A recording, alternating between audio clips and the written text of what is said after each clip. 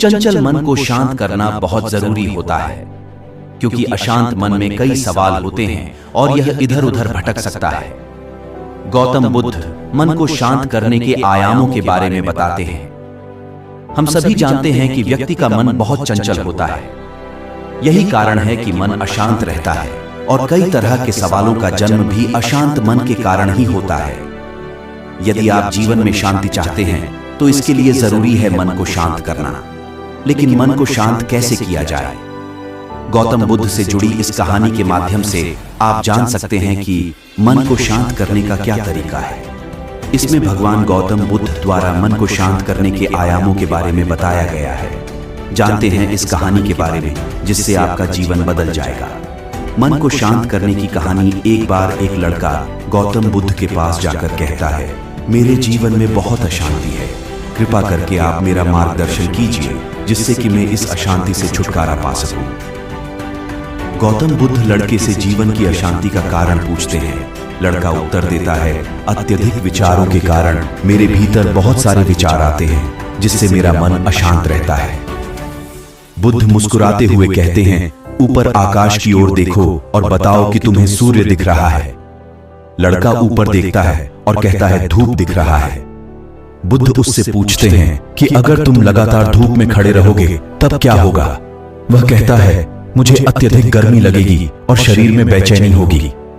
बुद्ध लड़के से कहते हैं कि अगर धूप में खड़े रहने से तुम्हें गर्मी लगती है तो इसमें दोष किसका है, सूर्य के ताप का या तुम्हारा? लड़का कुछ सोचने के बाद कहता है, इसका जवाब आप भी बताइए। बुद्ध कहते हैं, सूर्य का काम है ताप देना और ताप का काम है गर्मी लगना। ऐसे में तो दोष तुम्हारा ही है कि तुम धूप में जाकर खड़े हुए जिससे कि तुम्हें गर्मी लगी। तुम्हें अगर शीतलता चाहिए तो तुम्हें छांव में रहना होगा। ठीक इसी तरह चंचल मन का भी स्वभाव होता है विचारों और भावनाओं को जागृत करना। विचार क्षण भर के लिए होते हैं, लेकिन विचार से पैदा हुई भावनाएं देर तक टिकी रहती हैं। लेकिन यह तुम्हें निर्णय लेना है कि तुम्हें विचार और भावनाओं के साथ चलना है या अलग दिशा बनानी है। कैसे करें मन को शांत? बुद्ध कहते हैं, मन को शांत करने के लिए तन के आयाम पर काम करना सबसे आसान तरीका है। शरीर के स्तर पर हमारी कर्मेंद्रियां और ज्ञान इंद्रियां हैं। कर्मेंद्रियां कर्म और ज्ञान इंद्रियां ज्ञान से जुड़ी होती है। इससे हम अपनी संवेदनशीलता को बढ़ा सकते हैं, यानी हम जो भी काम करें उसे आनंद के साथ करें। मन के आयाम से हटकर तन के आयाम पर जाने से ही तुम्हारा चित्त शांत होगा। ऐसा करने से तुम मन के आयाम से हटकर शरीर के आयाम पर आ जाओगे।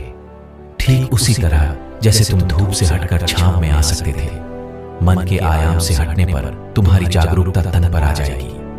जब तुम तन के आयाम पर काम करोगे तब तुम्हारा चित्त शांत होगा।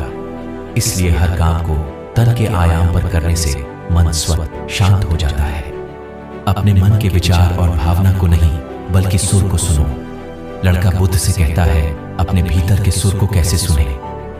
बुद्ध कहते हैं, किसी शांत स्थान पर रहकर जहां शांति हो तब अपनी आंखें बंद करो और मन के भीतर चल रहे शोर से हटकर भीतर के सुर को सुनने की कोशिश करो। सुर निरंतर चलता रहता है, लेकिन बाहर के शोर के कारण तुम अपने मन के भीतर चल रहे